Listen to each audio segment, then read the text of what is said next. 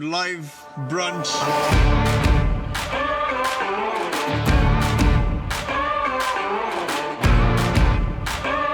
We are live. Welcome to another episode of Live Brunch. Live brunch.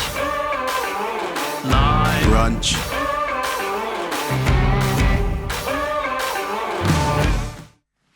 Hello, welcome to Live Brunch. It's good to have you with us. We are continuing the conversation as we do every week at the end of our live stream. And Joel's with me this morning, and we've got Arnold as well. Welcome to you guys. And I'm in the hosting chair. This is slightly different for me. It's good though. See how you adapt to it, Matt. You might be made for it. It's more. This bench is more Matt comfortable. is the new Grape Norton. So appropriate. Thanks. I'll take that as a compliment. Do the accent. There we go. Right, so what we do on each week is we kind of get into more detail, I suppose, get into some application, and we also take some questions from you about what we've heard, and maybe about things that you thought were helpful to you, or questions about it. How do you apply it in your life? Maybe you just thought what Joel said was rubbish. And you've got some questions you want to say, what about this, what about this?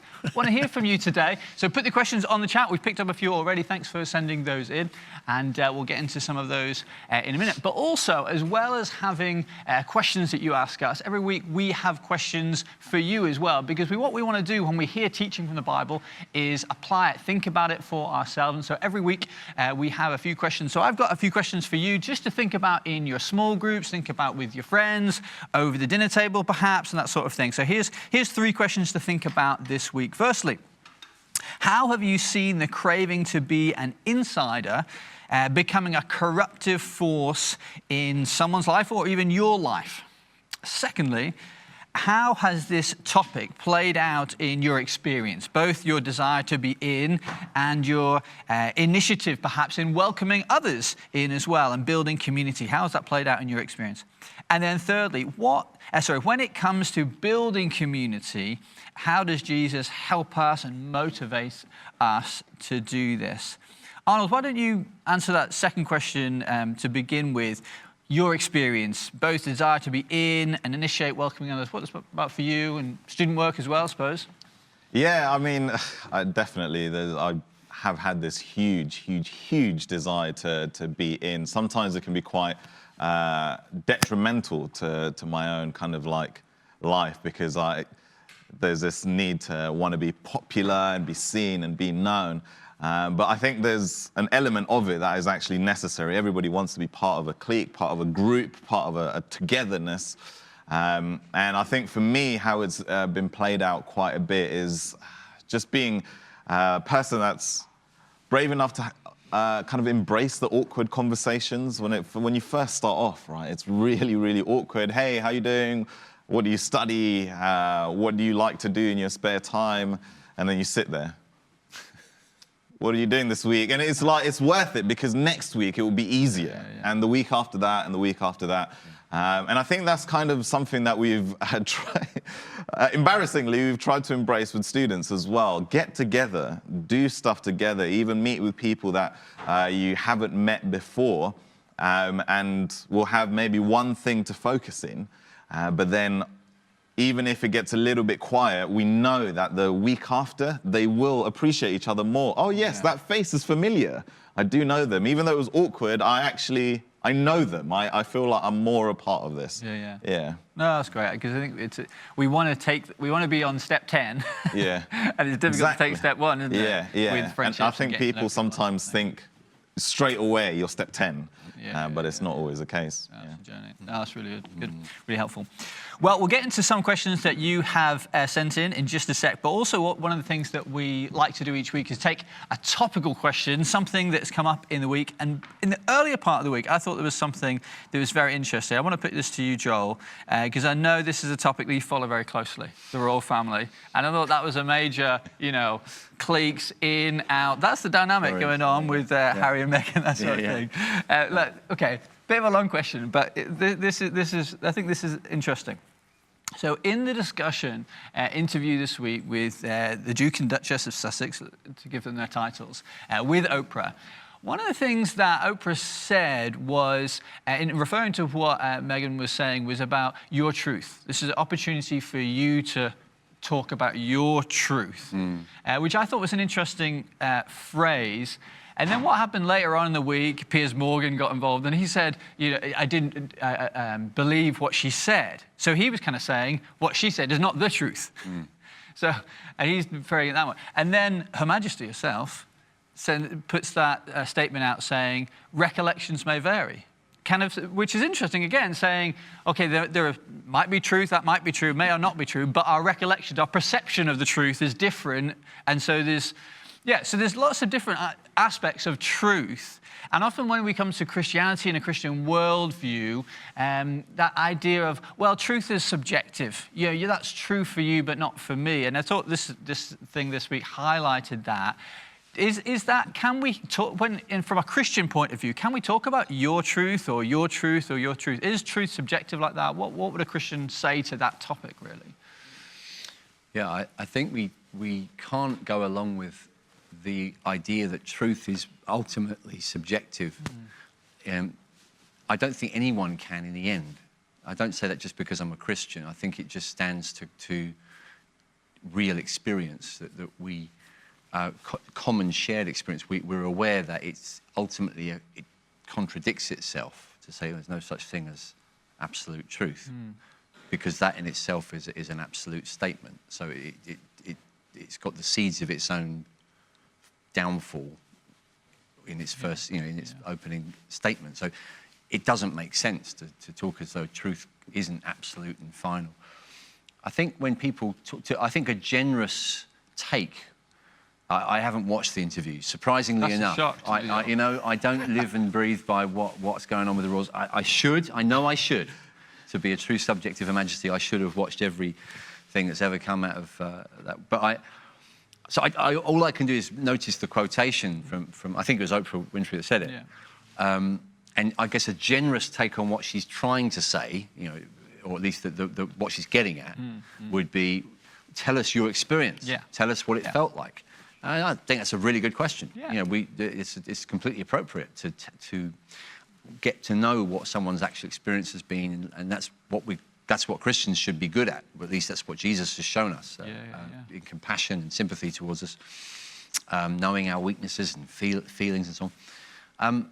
But I think it muddles things massively when we talk, like you say, about this is your truth, because it makes the truth entirely subjective. And I agree, that's a pretty dangerous world we go into. I do think it's, just to slightly riff on this as a way, in a way I hope is helpful and relevant to what we've been talking about today, it does seem like you could see sort of two big kind of ways of seeing the world kind of making their motions at the moment, and kind of these big plate tectonics going on underneath society in terms of, I guess, the kind of sort of stoical, stiff upper lip,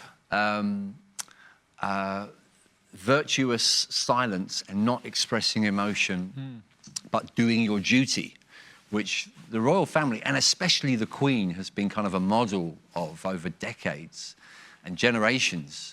And knew something of that, I suppose, from being brought up by a very kind of Victorian, Edwardian family, and then the war and the aftermath of the war and all the austerity and the rationing and just doing your duty and just keep going.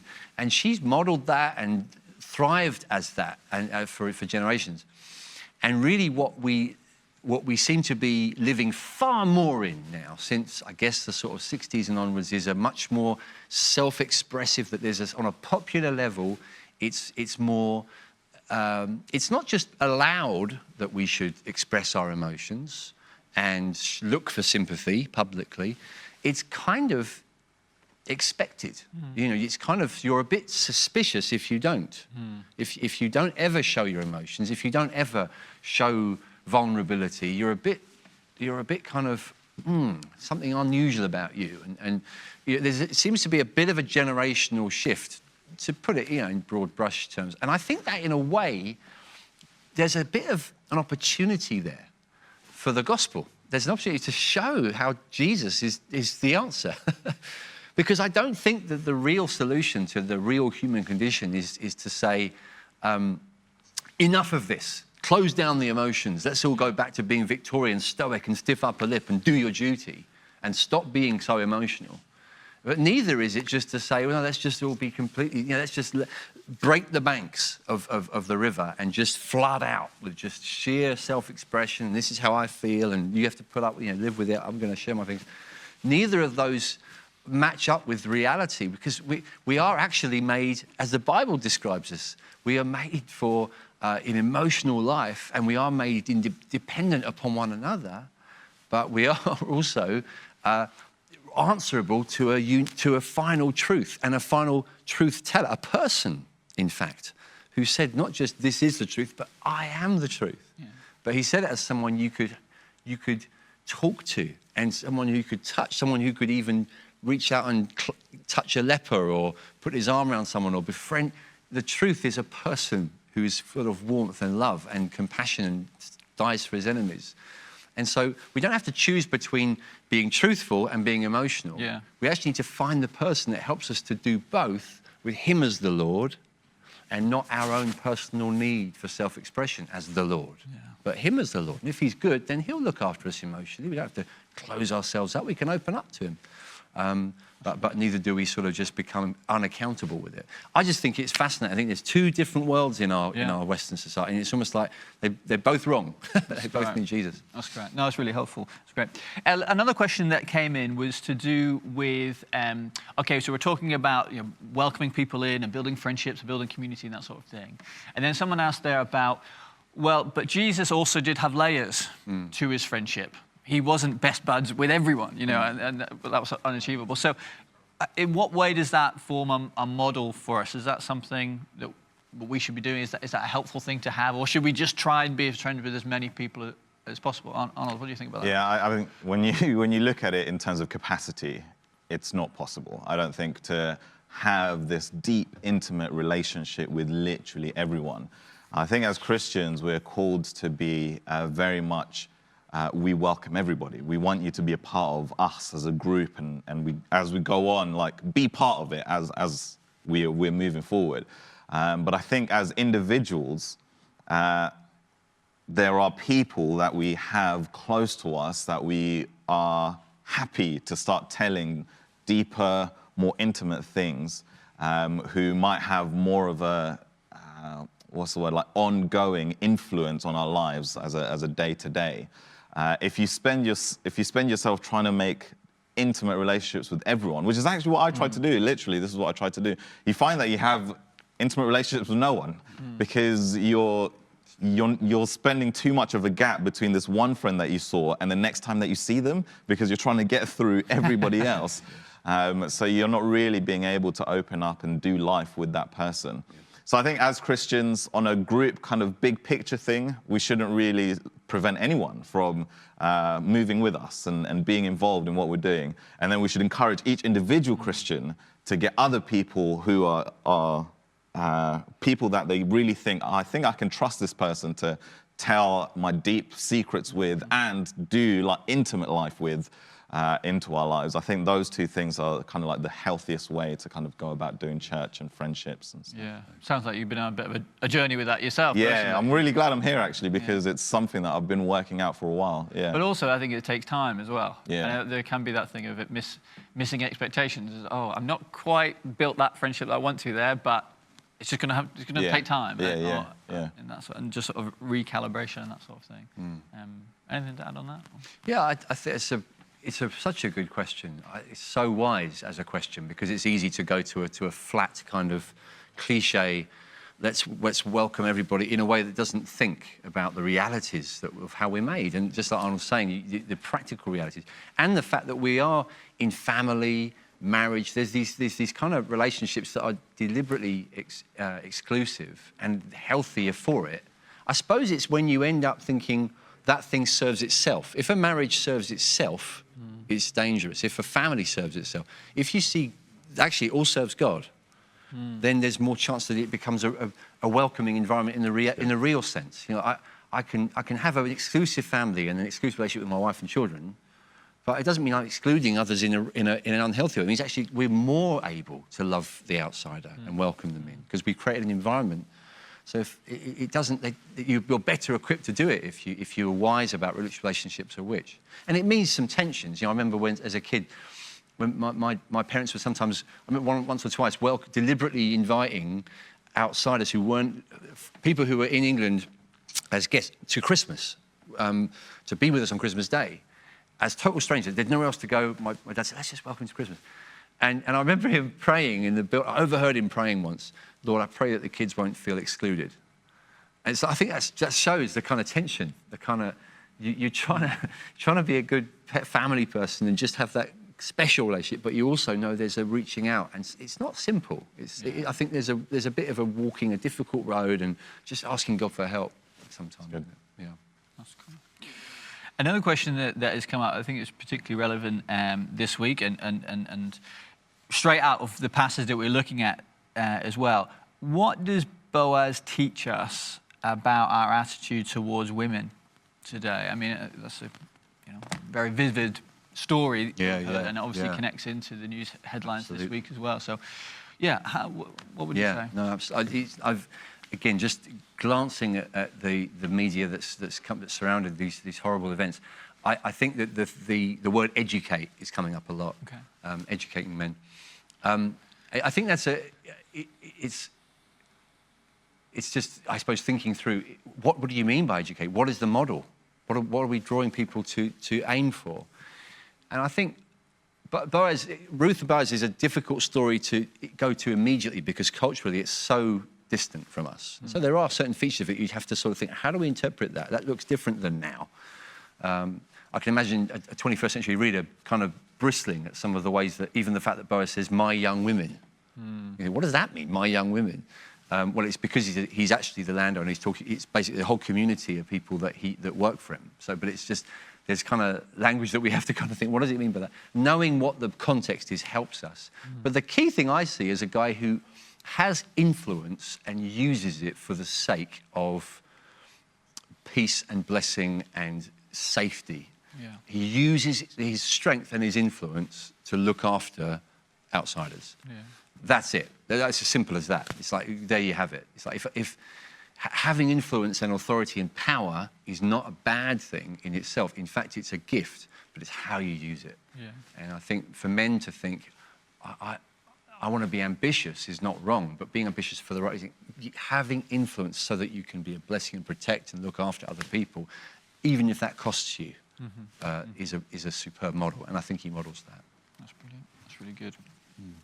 Anything else on that one? No? I think just what you had said, Joel, in your sermon earlier about people could just say, oh, yes, we should do kind things, and yes, the Bible tells us this, but the good thing, it seemed as though with Boaz, is he understood the reason as to why these things were put into the law. And I think, I guess that's just kind of one lesson that we can take. It's more than just saying, do this or do that or do that, and this is what you need to do when it comes to the way that we treat women or treat other people.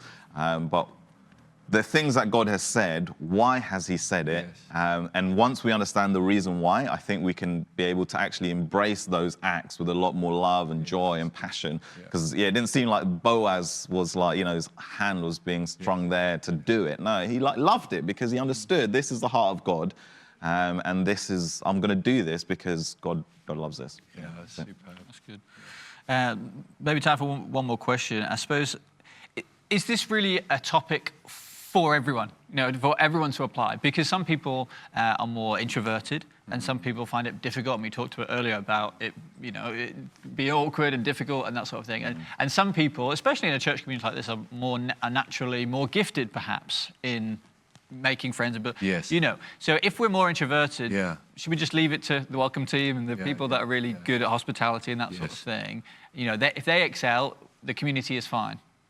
Is that okay? My simple, quick answer, getting in there first, sorry, Arnold, that's okay. would be, I think introverts can do this in a different way and extroverts. I think it's not whether or not we do it. I think an introvert will have an advantage in some respects. So they'll feel sometimes like, I'm so shy, I can't meet new people. Actually, in some ways, an introvert is better with new people because you're more likely to go deep with them quicker, or you'll feel the need to do that. You'll want to, and that means a lot to people. Yeah. So I think using your emotional makeup to an advantage is possible, and I'm sure it's true for extroverts as well. Yeah. Brilliant. Yeah, I mean, it's literally, I think we see this played out in the student world a lot. I'm a huge extrovert, Jess is an extrovert, and we're great at being like, everyone, welcome, it's so good to have you, and let everyone, like the masses, will feel like, wow, this is my place, it's awesome. But that only lasts a small amount of time. There are people who are looking for deeper relationships, actual friendships. And that's where the introverts come in and they say, hey, what's your name? What do you do? How do you do it? And sometimes my demeanor can be a little bit overwhelming for the introvert. Hey, what's going on? What's up? Yeah, and it's too much. It's happened when I was president of the Christian Union. I was like this, and this guy seemed a little bit off with me. But then when somebody else on the committee came on and started speaking to him, he was so comfortable. Yeah. And I realized this is just a personality thing, and this is the body, this is how we work. That's so Brilliant. That's so brilliant. good. Brilliant. Thanks, Arnold. Thanks, Joel. That is all we've got time for today. Thanks for joining us, and thank you for sending in your questions as well. We're going to be back next week. Toby Ford-Weston has been preaching on the topic of disagreeing well. You see, I've practiced it this time and I actually know what's happening. So there you go. So hope you can join us for that. Have a great week and see you soon. Bye-bye. Bye.